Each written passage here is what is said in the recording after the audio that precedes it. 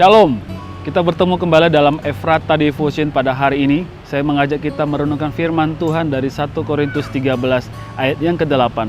Demikian firman Tuhan. Kasih tidak berkesudahan, nubuat akan berakhir, bahasa roh akan berhenti, pengetahuan akan lenyap. Kasih tidak berkesudahan, saudara. Kasih inilah yang memampukan jemaat Korintus untuk bertahan.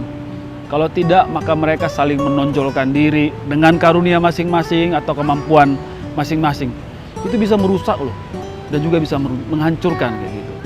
Makanya Paulus menekankan sekalipun memiliki karunia berbahasa, iman memindahkan gunung, memiliki pengetahuan, tapi tanpa kasih sama sekali tidak berguna. Kasih tidak berkesudahan. Mengapa keluarga bisa tidak bertahan dalam relasi? Kenapa pelayanan bisa tidak bertahan? Kemungkinan besar karena tidak mengasihi. Ada cerita kisah nyata yang terjadi di Jepang. Seorang bapak merenovasi rumahnya. Rumah di Jepang biasanya itu memiliki ruang kosong di antara tembok begitu ya. Ruang kosong di antara tembok. Jadi itu terbuat dari kayu kayak gitu. Dan ketika ia membuka salah satu tembok, dia menemukan seekor cicak terperangkap di antara ruang kosong itu. Karena kakinya melekat pada sebuah paku. Dia merasa kasihan sekaligus penasaran gitu ya. Ketika paku itu diperiksa, ternyata udah berumur 10 tahun loh. Sejak pertama rumah itu dibangun kayak gitu. Apa yang terjadi? Kok bisa ya si cicak yang kakinya kena paku itu mampu bertahan 10 tahun? Jelas mustahil ya, dan nggak masuk akal. Padahal dalam keadaan gelap dan tanpa bergerak kayak gitu. Bapak ini terpana kayak gitu ya. Lalu ia berhenti bekerja dan terus memperhatikan sang cicak. Tiba-tiba dia kaget karena ada cicak lain muncul dan membawa makanan. Wow, luar biasa. Rupanya kekasih dari si cicak yang terpaku itu setia setiap hari mengantarkan makanan untuknya. Tidak heran ia bisa bertahan selama 10 tahun. Sungguh ajaib ya.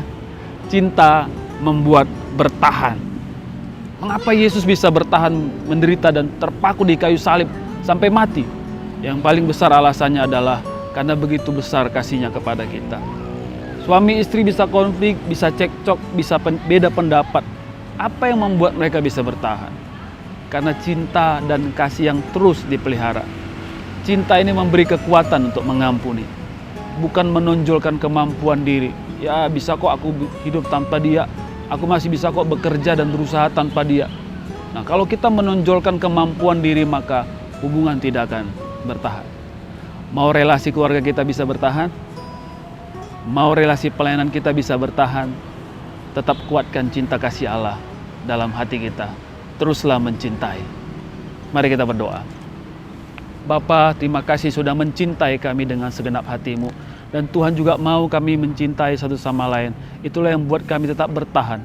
Kami rindu Roh Kudus terus menghangatkan cinta di dalam hati kami. Supaya kami terus mengasihi dan mengampuni. Sehingga kami bisa bertahan dalam relasi, dalam keluarga maupun dalam pelayanan Tuhan percayakan. Terima kasih Bapa, dalam nama Yesus kami berdoa. Amin.